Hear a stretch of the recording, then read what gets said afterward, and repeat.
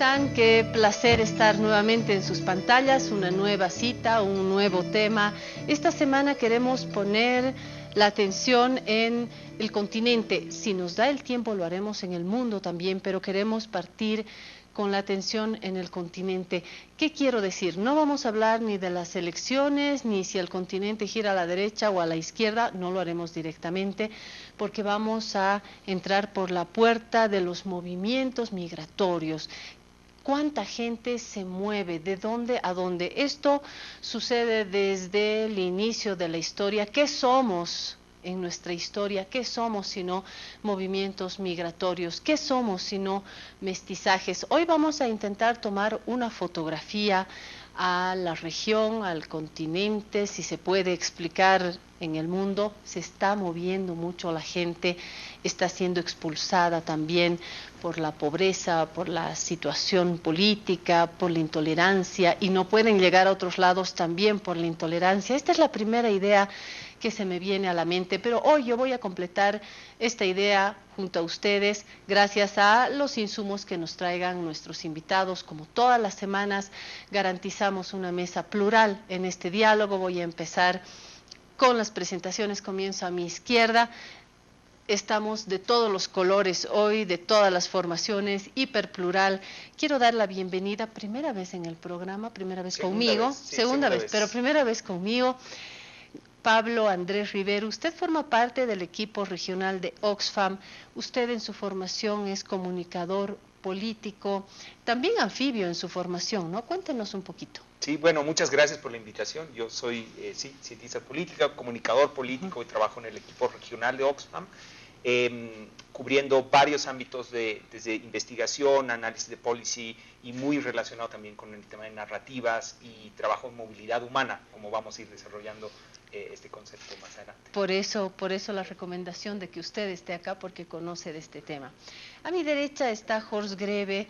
Usted es economista de formación, es columnista, esa es mi mayor bandera. Usted es columnista dominical del periódico La Razón, actualmente es director de Prisma, ha sido varias veces ministro, conoce del continente, se interesa en él. Usted se ha formado básicamente en México, atento, de los pocos internacionalistas que tenemos en el periódico, de los pocos internacionalistas que conocemos, de hecho. Así que gracias, Horst Greve, por su presencia y su amistad, como siempre, ¿no? Gracias, Claudia, por la invitación. Siempre un placer estar en este programa. Quien sí se estrena hoy es Lucía Margarita Zambrano Barón. Usted se estrena en el programa, pero además quiero decir que usted forma parte, digamos, de nuestro staff realmente internacional. Usted viene de Colombia originalmente, usted es colombiana, pero viene de mirar varios países en América Latina. Estaba yo recordando, usted me dice, no propiamente psicología, pero ha empezado en la psicología, después ha profundizado su conocimiento en sociología, sus estudios, ha hecho un posgrado, ha hecho un doctorado en sociología, estudios de género, interesada también en estos movimientos, tiene todos los ingredientes para ayudarme a comprender mejor. Gracias, espero que se encuentre bien en el país. No es ninguna nueva llegada, usted de hecho está terminando estudios en historia acá en la UMSA, así que bueno, lo tiene todo. Gracias por estar acá. Gracias, Claudia, te agradezco mucho. Es un programa que me gusta ver los fines de semana y estoy encantada en Bolivia. Me da mucho gusto la invitación y en lo que yo pueda contribuir a dilucidar qué está pasando con el tema migratorio en Latinoamérica, pues con mucho gusto y encantada. Gracias, Margarita. Y usted acaba de sembrar la primera pregunta. ¿Qué está pasando en la región? Quienes seguimos de cerca las informaciones en los medios, los periodistas, los consumidores de los medios, sabemos que todo se está moviendo. Comenzando por Venezuela, hay una cantidad enorme de gente que está saliendo de Venezuela a países específicos, pero también de paso por otros países más estación. Está sucediendo lo propio con países latinoamericanos que, como hace mucho tiempo, intentan ingresar a México. Lo que está sucediendo en la frontera México, Estados Unidos también es un punto de atención. Estos son como que los puntos estridentes, pero creo que podríamos hacer un mapa. No sé quién quiere comenzar con el mapa. Horst, lo he visto con un mapa ahí. La migración es muy antigua y tiene que ver con factores de expulsión de determinados territorios de contingentes poblacionales relativamente importantes que se mueven por razones de pobreza, inseguridad, persecución y desastres naturales. Por lo tanto, se trata de desplazados, refugiados, migrantes, son las tres principales categorías, que abandonan un país y buscan su destino donde buscan seguridad, buscan mejores condiciones de salud, educación, etcétera, y protección. Esto que era una tendencia desde hace bastante tiempo se ha acelerado notablemente en los últimos 4 años. Y esto tiene que ver... ¿Por qué dice 4? ¿Qué ha sucedido hace 4 años? Porque en Europa la crisis migratoria fue 2015. A partir de 2015 se producen una serie de cambios fruto del aumento notable de los flujos migratorios, y eso da lugar a 2 fenómenos. No se explica ni el Brexit ni la elección de Trump sin tomar en cuenta el tema migratorio, porque los migrantes han llegado en cantidades enormes, no han encontrado las condiciones a las cuales tenían expectativas legítimas o no, y por lo tanto han generado una reacción en estas poblaciones, en sus sectores más conservadores, de miedo y temor al otro. Y si el otro viene en condiciones de mucho menor bienestar y comodidad en sus vidas cotidianas, entonces genera temores. Y eso ha sido aprovechado de una manera muy demagógica, muy, yo diría, xenófoba, para alentar cambios políticos de gran envergadura. Aquí usted ya ha trascendido las fronteras para explicar lo que sucede en el continente. Usted nos lleva al 2015 como un punto, una marca que explica en parte... Sí, y yo pondría, para quedarnos en el continente, el 2016 la elección de Trump. Y Trump cambia totalmente las reglas del juego que prevalecían en los circuitos migratorios, fundamentalmente de México, Centroamérica Norte, hacia Estados Unidos y Canadá. Y entonces viene el tema de el racismo, la hostilidad hacia los migrantes, y la propuesta esta tan descabellada de construir un muro que no solo es para México, es para toda América Latina.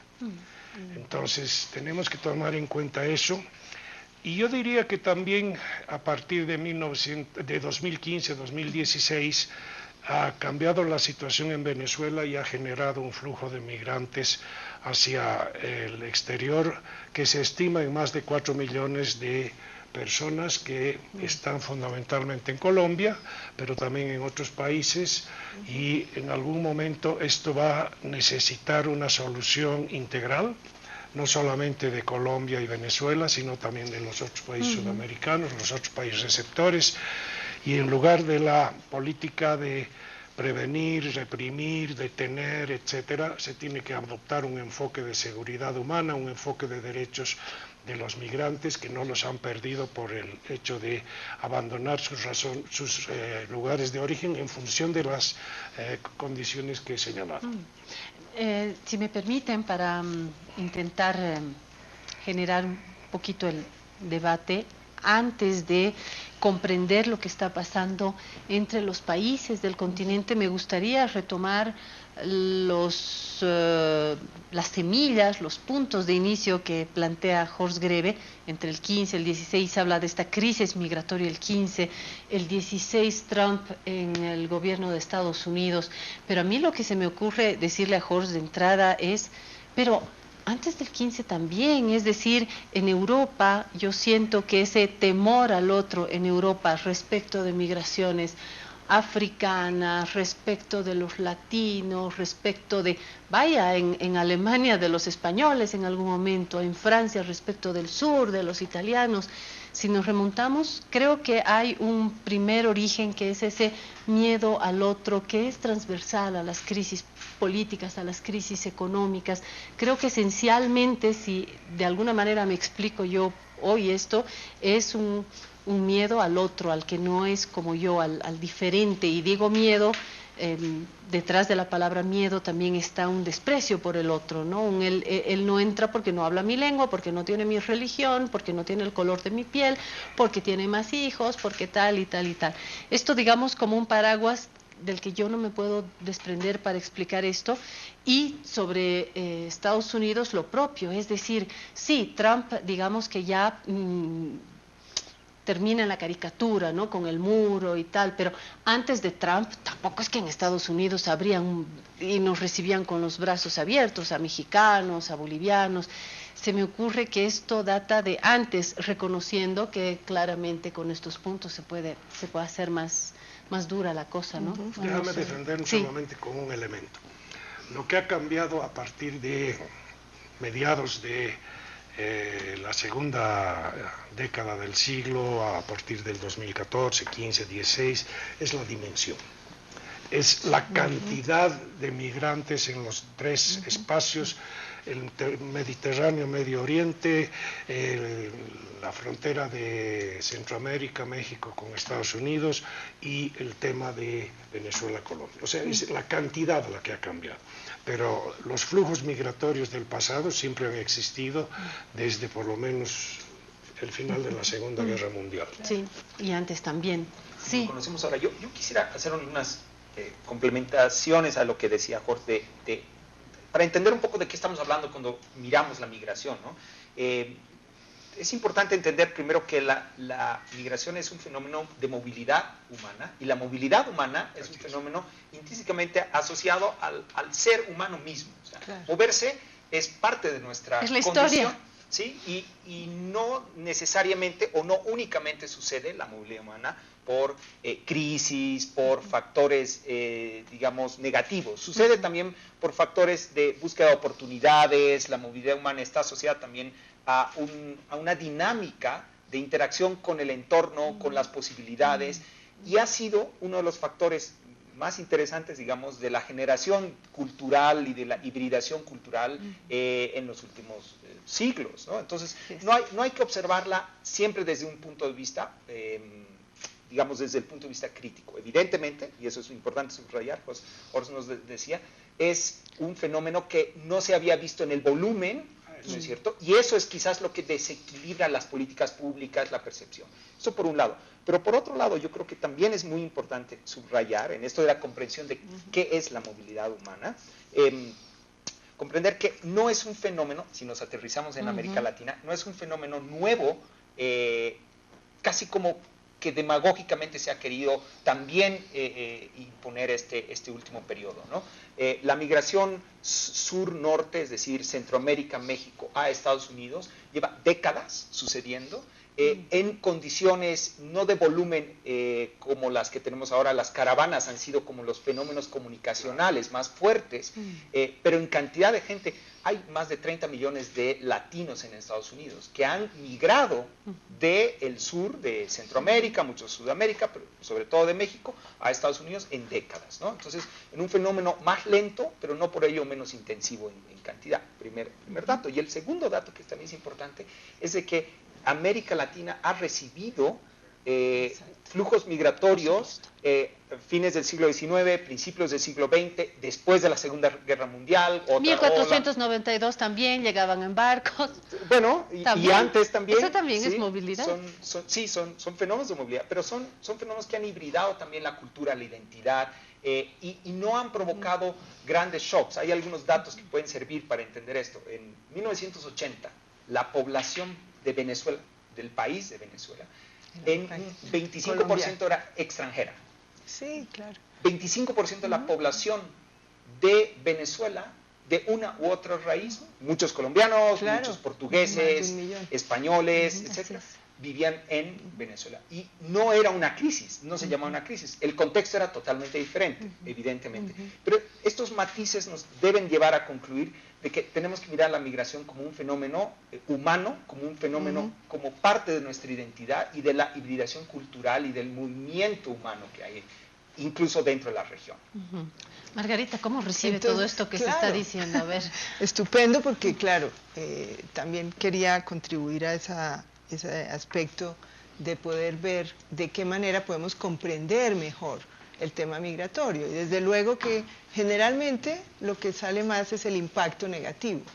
Y en ese sentido es obvio que se capitaliza muchísimo de esa información que se transmite, ¿no?, sobre esas imágenes negativas de lo que está sucediendo, y se capitaliza desde un punto de vista político, desde un punto de vista ideológico, para fines e intereses múltiples, ¿no? No podemos decir, no necesariamente tenemos que ver que el impacto es negativo, y por eso me parece estupendo plantearlo como una necesidad de ver el fenómeno migratorio más desde un punto de vista balanceado y equilibrado, no solamente en el sentido de ver ni solamente los beneficios que tiene, que ya Pablo los ha enumerado bastante bien, porque van a repercutir en la cultura, en las identidades, en los recursos económicos, en las finanzas del país,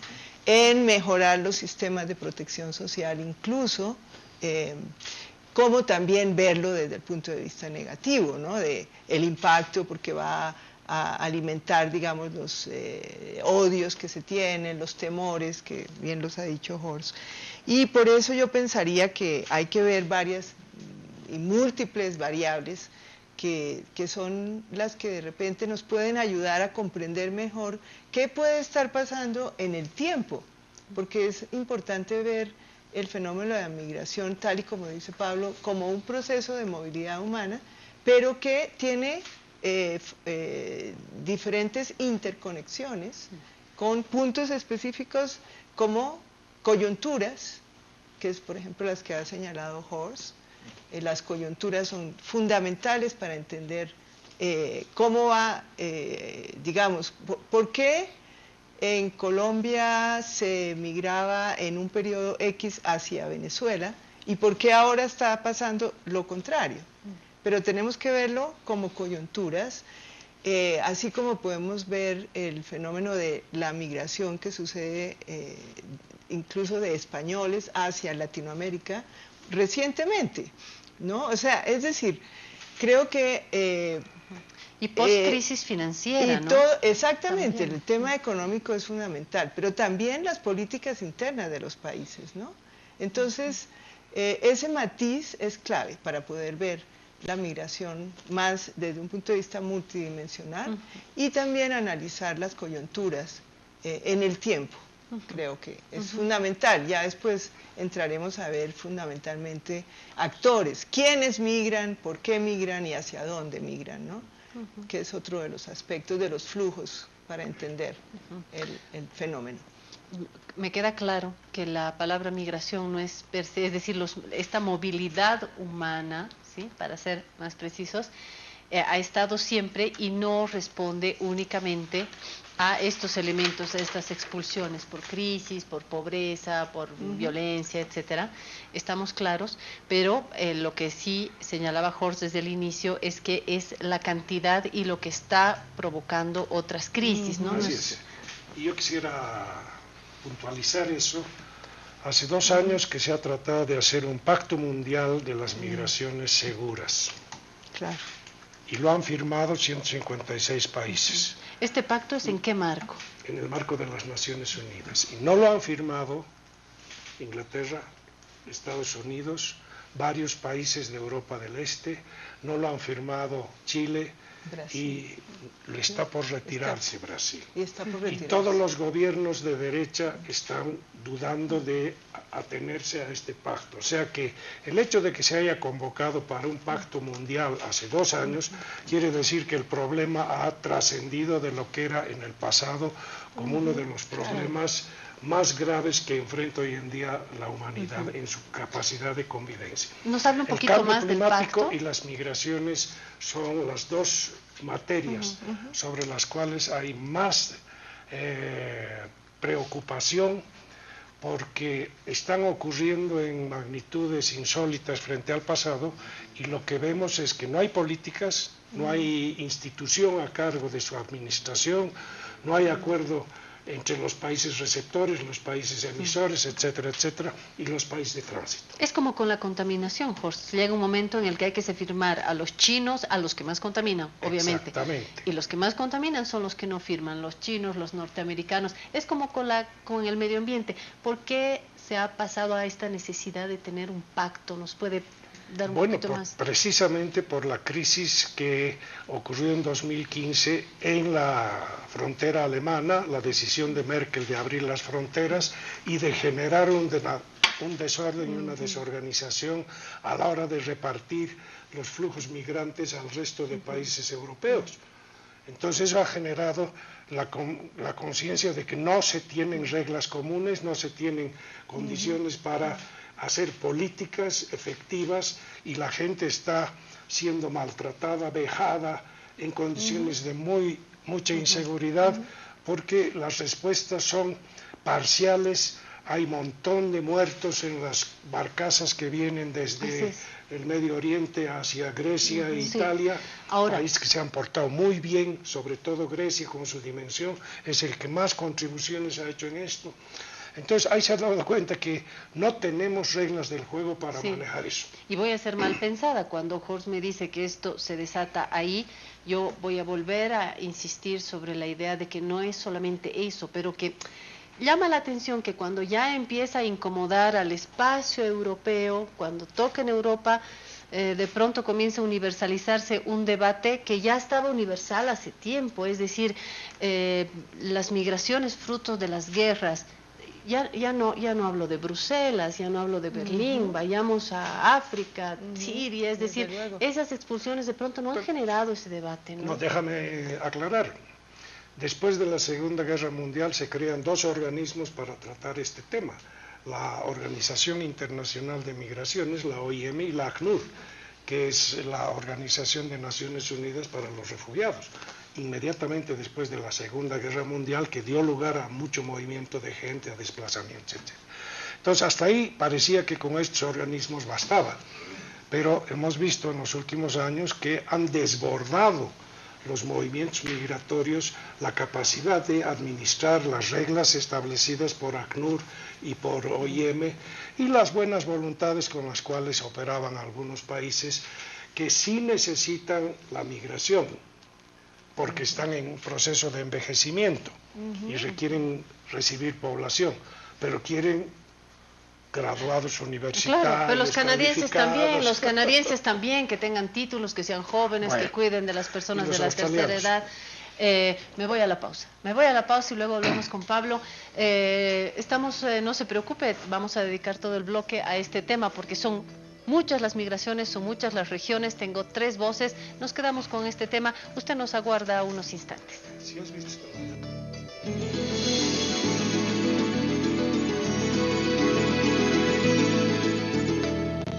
Así es, doña María. Todos los jueces que conozcan de un caso de violencia pueden también divorciarla. Gracias, doctorcito. Ahora voy a poder venderme tranquila. Más bien, llévate pues alguito. Esta nueva ley incorpora medidas de protección especial a niñas, niños, adolescentes y mujeres. Ley 1173, Ley de Abreviación Procesal Penal. Construyendo una nueva justicia. ¿Es más fea que usted? Un poquito más, don Armando. Se dice de mí. Es más fea que Gutiérrez. Se dice que a nuestra tele llegará una fea y usted se enamorará de ella. Yo soy así.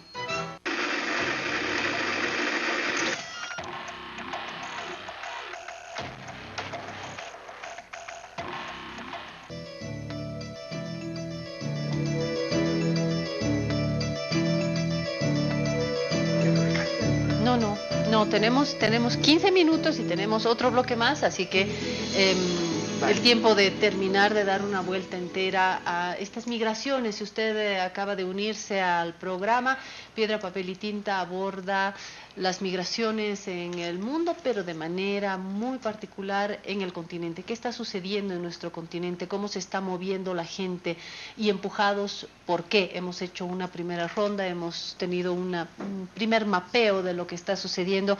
Y Pablo quería decir algo en la pausa, hemos estado todavía tratando algunas ideas, pero quiero retomar a lo que dejamos en el primer bloque, Pablo. Sí, algo que es importante que también, como contribuyendo a entender este fenómeno más contemporáneo de la movilidad humana y que afecta tanto a la comprensión de migraciones, desplazamientos y crisis, es el concepto de flujos mixtos. Esta idea puede parecer algo confusa y de hecho no hay una definición única, no se ponen de acuerdo. ¿Pero qué quiere decir?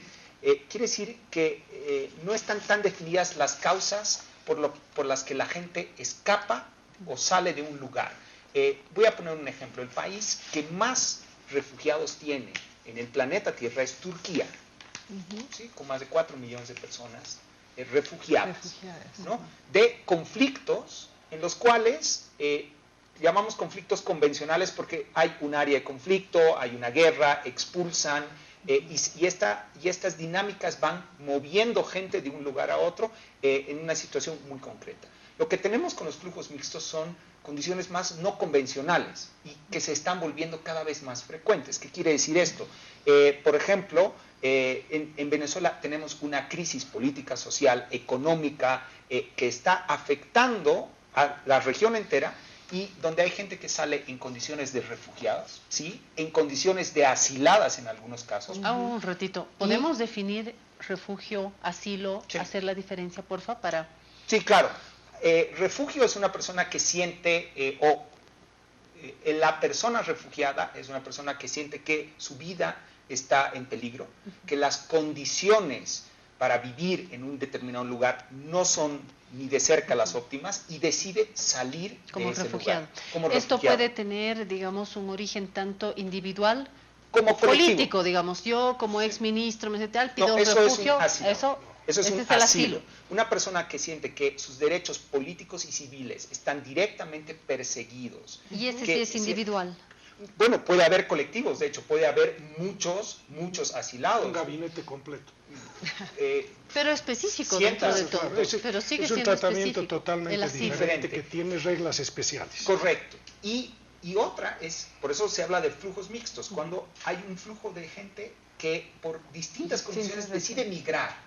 Algunos incluso con mejores condiciones laborales, educativas, económicas, pero que no quita que están en una situación de vulnerabilidad porque se están moviendo de un lugar al otro en la incertidumbre.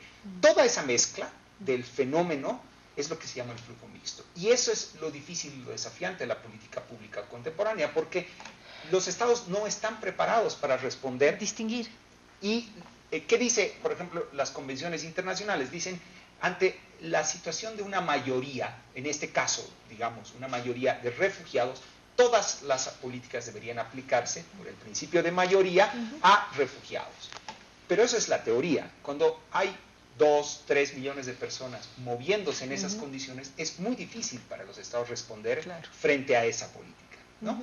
Y ahí es donde yo quería puntualizar con ese desafío de la política pública internacional, que quizás no es que no hay reglas, es que es muy difícil en las condiciones en las que se están dando los flujos actuales responder con las reglas en la realidad, en el terreno, ¿no? Claro. Y en las fronteras, además. En las fronteras, en los lugares de acogida, en las políticas de integración. Hay datos que luego podemos ir reflejando, pero hace muy poquito, solo para, digamos, matizar un poco esto del flujo migratorio masivo, Perú recibe más de 800,000 venezolanos, personas de Venezuela, en los últimos 2 años. Y los últimos datos del Banco Central peruano dicen que la inflación prevista para el año 2018 no va a ser tan alta por un dinamismo económico directamente asociado al fenómeno migratorio. Es decir, hay una directa contribución a la economía por el dinamismo que están generando 800,000 personas en condiciones, y eso hay que decirlo, de mucha precariedad, en condiciones de inseguridad jurídica, en condiciones de no protección, que esa es la falla de los estados en este momento, no garantizar el principio y el derecho de todas las personas a recibir protección, más allá de su estatus, más allá de si son asilados, refugiados, migrantes, etc. Estados que también tienen su propia dinámica. Margarita, hace unos instantes Jorge hablaba de este pacto. ¿En qué marco? Naciones Unidas, claro, es como que la institución primera, es el paraguas primero en el que uno piensa cuando habla de esta regulación, de este control de alguna manera de estos diferentes tipos de movilidad. Pero decía yo, también están los momentos de los estados, es decir, las olas políticas, el color ideológico de los estados van a cambiar también. Y aquí yo no veo que Naciones Unidas pueda realmente como que ser transversal a todo esto, ¿no? Bueno, realmente también debemos recordar que Naciones Unidas tiene un marco de diferentes tratados de derechos humanos, ¿no? Tiene también grupos de expertos, tiene vínculos con instituciones y centros de investigación importantes, es decir, Naciones Unidas es un, digamos, un conglomerado que está dando respuesta permanentemente a asuntos que están sucediendo en los países, y además debemos recordar que estamos dentro de procesos de globalización que nos han interconectado y que desde luego, por eso es tan importante mirarlo en el tiempo, tienen sus ciclos y tienen sus coyunturas, ¿no es cierto? Y claro, este pacto global de migración, que además agrupa a los refugiados también, en ese sentido tenemos que ver que esa dimensión se ha ampliado, porque lo decía Pablo muy bien, hay esos flujos mixtos. Ya no podemos hacer, digamos, esas compartimentalizaciones que teníamos de poblaciones en el tiempo, en el espacio, sino que ya estamos abocados además a múltiples fenómenos que están afectando a las poblaciones. Entonces, algo interesante es que este pacto global es intergubernamental, no es un pacto que sea vinculante para ninguno de los países, sino que realmente muestra la voluntad entre gobiernos de ponerse de acuerdo en dar respuestas y soluciones a temas y a situaciones que están enfrentando los países. Entonces, uno de los principios fundamentales es buscar la coordinación. Es evidente que es necesario aumentar la coordinación entre países, tal y como por ejemplo el Mercosur lo ha hecho acá, en esta región, donde ha realmente fomentado una política de, digamos, de transmigración, de fomentar la transmigración en condiciones laborales óptimas para tanto receptores como para emisores. O, por ejemplo, como lo está haciendo en este momento Colombia, con otros países, porque tiene que ver también con la frontera con Ecuador, e incluso tiene que hacerlo internamente a nivel intersectorial, a nivel de distintas, digamos, sectores, tanto locales, regionales, ¿no? Es decir, el mismo país tiene que hacer un esfuerzo incluso para regular y sobre todo dar respuesta y acceso a los derechos fundamentales que tienen todas las personas, independientemente de si tienen o no documentos. Eso es, por ejemplo, lo que está haciendo Colombia en este momento, donde está claramente respondiendo como si fuera una crisis humanitaria, ¿no? Donde se está dando, como decías tú, Pablo, un documento que solamente se da a quienes están en tránsito, porque muchos están pasando hacia otros países con un periodo X, y hay uno que se llama un permiso permanente, que creo que tiene 2 años de duración para los que llegan, ¿no? Para que durante 2 años puedan estar en el país, recibir acceso a la educación, a la salud, a todo lo que requieran, ¿no? Facilitar incluso el empleo. ¿Por qué? Porque es un potencial y es una oportunidad también para un país que está también saliendo de un conflicto interno de larga data, pero que el país lo ha visto como también oportunidades de también responder humanitariamente y dar la seguridad y la protección que todos merecemos. ¿No? Usted hablaba hace unos instantes de la coordinación de gobiernos.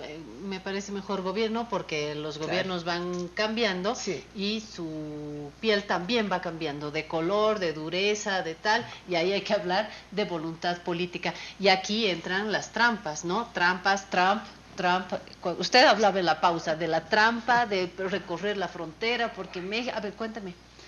Bueno, no, este fenómeno se llama externalización de fronteras, que es muy evidente lo que hace el gobierno norteamericano en la región, que es trasladar una frontera del límite natural que tiene, o el límite jurídico que tiene, perdón, a un segundo país o un tercer país. ¿Cómo se hace eso?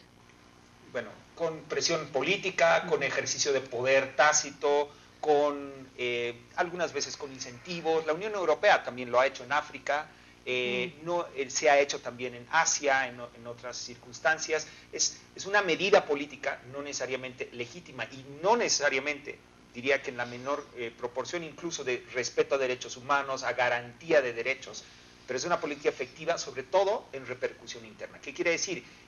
Traslado la responsabilidad del control o de la contención a una frontera más allá de la que yo controlo. ¿Para qué? Para que esas personas tengan mucho más trabas y haya un efecto inmediato, sobre todo en la opinión pública, sobre todo en la política interna, de decir, sí, lo estamos controlando. Estamos deteniendo. Hay dos ejemplos claros sobre el tema. El primero es Turquía, que se logró por parte de la Unión Europea que Turquía funcione como la frontera de ingreso de los que emigraban de Siria y Afganistán e Irak. Entonces, pero eso fue por una concesión que hizo el presidente Erdogan, pero a base de una serie de beneficios que obtenía, o sea, esto fue una transacción, porque si Turquía no retenía este flujo de migrantes, iban a llegar por la vía de Austria y demás, como lo estaban haciendo antes, hasta el centro de Europa. El otro es ahora México.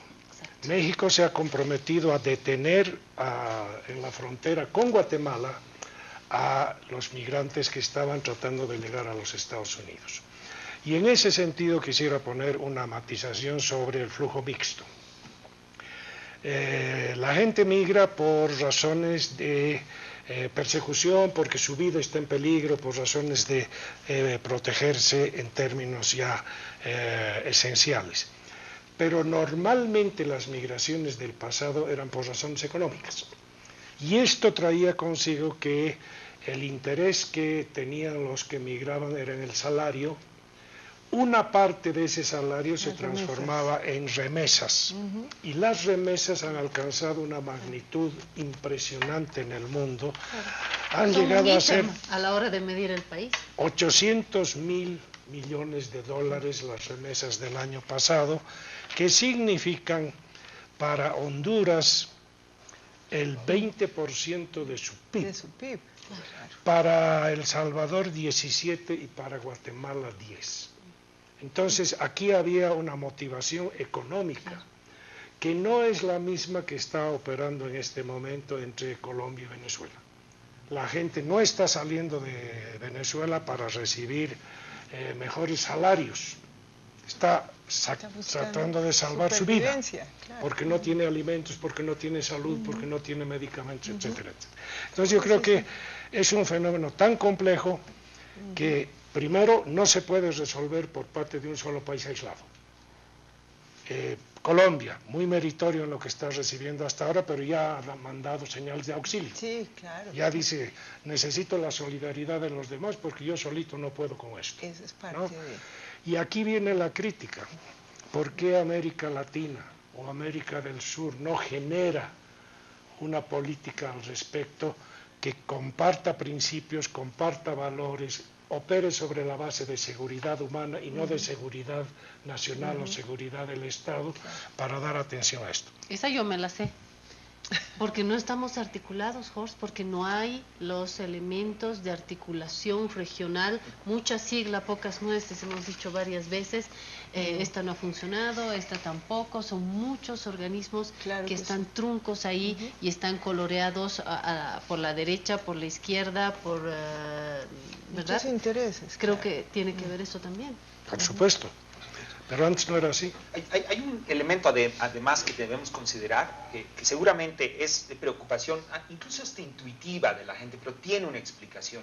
Y es la migración también, los flujos migratorios que se dan por razones económicas, tenían que ver mucho con los países industrializados, los países del primer mundo, que eran capaces de alguna manera de absorber estos flujos, pero al mismo tiempo de otorgar condiciones de política social, ¿no es cierto? Salud, educación, previsión, etcétera, para estas personas, ¿sí? ¿Qué pasa? Ejemplos como por ejemplo África con Kenia y Uganda, que son los casos más cercanos a los que nos podríamos referir de pobres migrando a lugares de pobres, ¿sí? Moviéndose hacia lugares de pobres.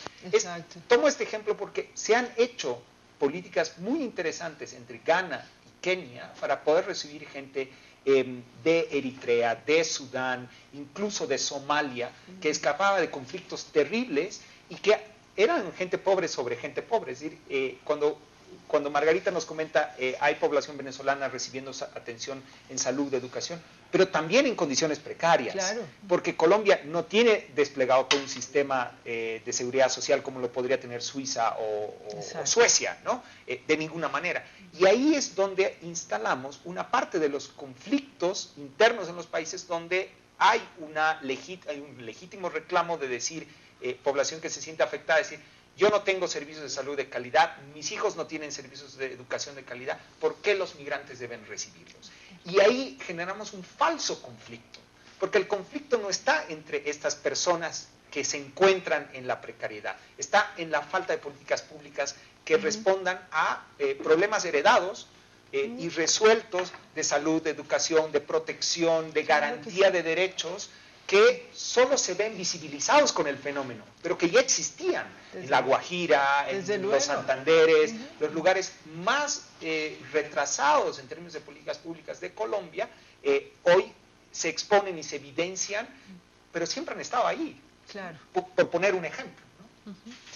Vamos a ir a una nueva pausa y quisiera en el último bloque también mencionar los límites, ¿no? Estoy pensando en la fotografía de ese papá que muere junto a su niña, esa fotografía que nos ha marcado a todos, pero fotografías las hay de todo tipo, o sea, creo que nos quedamos con estas postales negras de la migración, de la intolerancia, de los muros.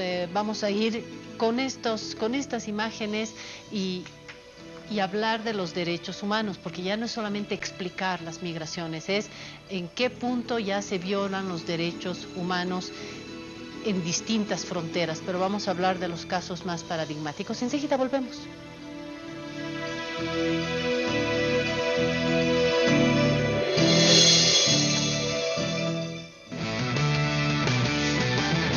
Ya volvemos con Piedra, Papel y Tinta.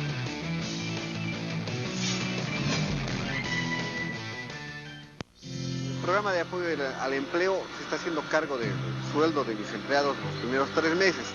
Tenemos que prepararnos porque las oportunidades existen. Cuando ahora te están llamando, que ya tenés tu entrevista y ya todo cambia de ahí, ¿no? A partir de esa fecha ya. Ellos son el testimonio de la actual Bolivia. El Servicio Público de Empleo, a través del PAE, facilita la inclusión laboral de las bolivianas y bolivianos. Llegamos al Ministerio de Trabajo, que nos proporcionó una lista de personas. La verdad ha sido de gran ayuda el poder trabajar con el Ministerio en este programa. Estoy muy bien en el trabajo, ¿no? Un trabajo digno, un trabajo estable, ¿no? Y aquí están las condiciones que te dan. Nosotros sí podemos, como yo me he superado. Bolivia productiva con empleos dignos. Ministerio de Trabajo, Empleo y Previsión Social. La ATT informa a los usuarios de transporte terrestre. En cumplimiento del Decreto Supremo número 659, los operadores de transporte terrestre deben utilizar de manera obligatoria las terminales terrestres con salidas autorizadas por la Policía Boliviana. Los operadores de transportes deben contar con toda la documentación requerida, cumpliendo con los estándares de calidad y buenas condiciones mecánicas, antes de iniciar el servicio a los pasajeros. La ATT y la Policía Boliviana trabajan de manera coordinada, realizando operativos para proteger los derechos de los pasajeros de transporte terrestre interdepartamental e internacional. Se recuerda a los pasajeros que el embarco en los diferentes buses de transporte interdepartamental debe realizarse únicamente en las terminales terrestres por su seguridad. Compre sus pasajes en boleterías autorizadas. La ATT, protegiendo tus derechos.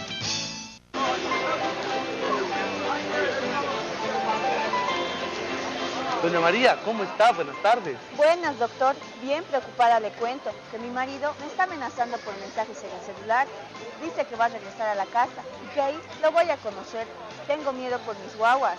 Doña María, con esta nueva ley, su marido tiene prohibido amenazarla y de regresar a su casa. Qué bueno que me avisan. ¿Y si quiero divorciarme, otro proceso tengo que hacer? No, doña María. Al mismo juez le vamos a pedir su divorcio. Entonces, el mismo juez puede ayudarme con mi divorcio y hacer que mi marido no vuelva a acercarse a mí y a mis hijos. Así es, doña María. Todos los jueces que conozcan de un caso de violencia pueden también divorciarla. Gracias, doctorcito. Ahora voy a poder venderme tranquila. Más bien, llévate pues alguito. Esta nueva ley incorpora medidas de protección especial a niñas, niños, adolescentes y mujeres. Ley 1173, Ley de Abreviación Procesal Penal. Construyendo una nueva justicia.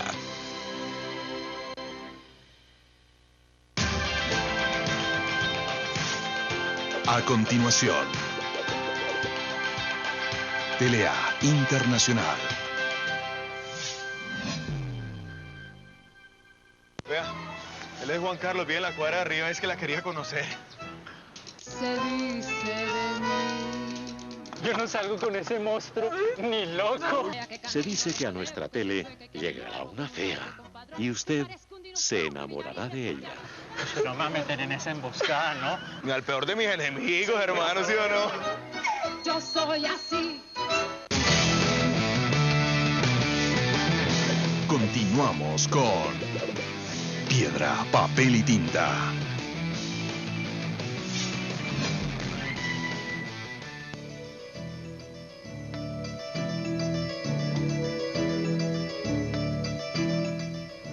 Gracias por estar con nosotros. Así de vieja y sigo aprendiendo. Yo estaba pensando en las imágenes y a propósito de hablar de las imágenes, Jorge decía, no, esa imagen es muy dura. Y Pablo me dice, además hay ciertas normas, protocolos de no mostrar. Y yo le decía, ¿por qué no mostrar? En La Razón hemos publicado esta imagen que dio la vuelta al mundo y tal. Me decía, no porque asusta, me estaba explicando Pablo. Y el papel de los medios de comunicación. Mi pregunta aquí como periodista es si cuando son imágenes, digamos, que pueden violentar, uno no muestra imágenes explícitas de violencia, en fin, pero en estos casos, estas imágenes no nos ayudan a poner como símbolos de esto que sí da miedo, pero qué bueno que dé miedo, porque cabalmente estamos hablando de... estas son las imágenes que no hay que mostrar, ¿no?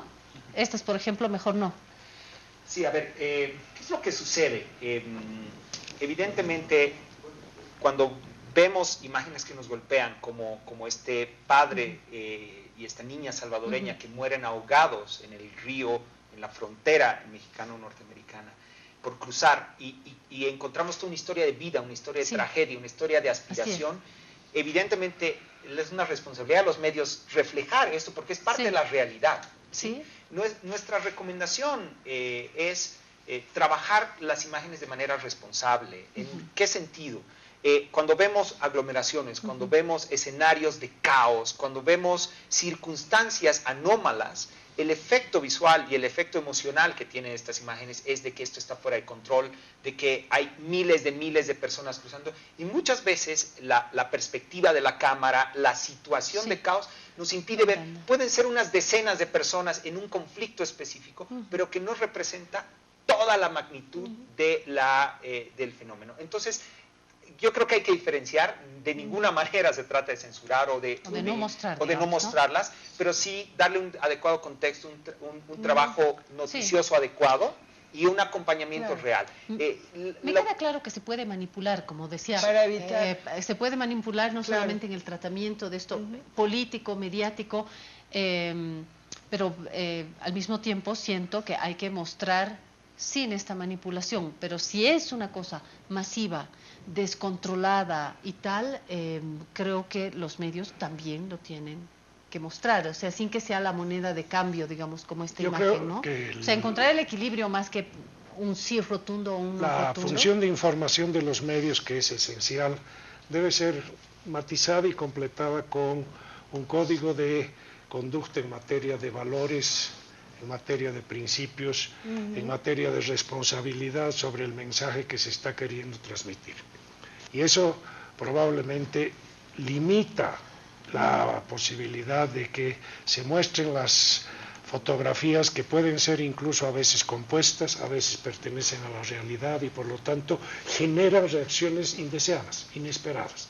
Y eso hay que evitar. El problema es humanitariamente tan intenso, requiere tal cantidad de esfuerzos de la política y de la propia sociedad civil para tratar de comprender lo que está pasando, cuáles son sus causas y cuáles son las soluciones. Y ahí hay dos, la de corto plazo, que es atender a los que están en las fronteras movilizados, y la otra es ir a los países de origen para elevar sus estándares de vida, mejorar sus condiciones de salud, para mejorar sus condiciones económicas, etcétera, etcétera. Pero al mismo tiempo, Margarita, estas imágenes también, estoy pensando, a ver, vamos, no en la imagen manipulada, trucada, que circula en redes, estoy pensando en las postales de un WordPress foto, por ejemplo, que te da la dimensión, esa fotografía te puede dar la dimensión que un sociólogo no logra explicar también, ¿no? Claro, siempre dicen, una imagen vale más que 1000 palabras, evidentemente.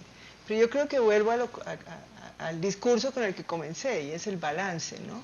El tema del balance es clave en este sentido. Creo que el acento siempre se ha colocado en mostrar esas imágenes que son poderosas, que atraen la atención y que pueden ser manipuladas por más de que haya un código o que haya muchas explicaciones al respecto. ¿Por qué? Porque son imágenes que se quedan, ¿no? Y que pueden ser utilizadas en cualquier, digamos, discurso.